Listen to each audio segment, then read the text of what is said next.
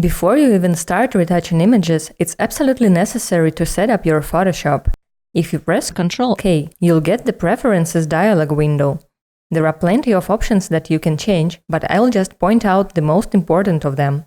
First of all, there's the Performance tab, and there you can choose how many history states you're going to have. It reflects how far you can go back in history, how many steps you can undo. By default, it's just 50, and it's definitely not enough. Sometimes there's a lot of rapid clicking, and to make sure you will not run out of undos, it's reasonable to set it to something like a few hundred.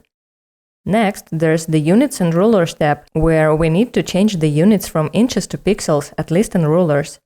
The deal is that we will not be printing anything, and we don't need any measurement units except pixels. Let's apply the changes. Now, when I access the image size window or the canvas size, everything is in pixels already, and that's exactly what we need.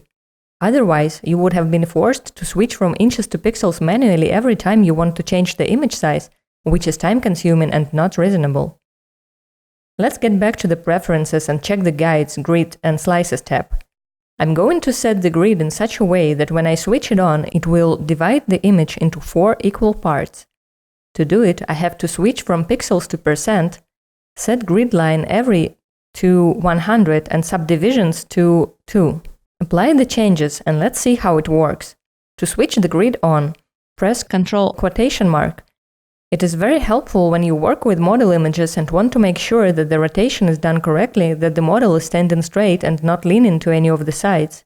You can then switch the grid off if you don't need it. This way is much faster than drawing a vertical guide.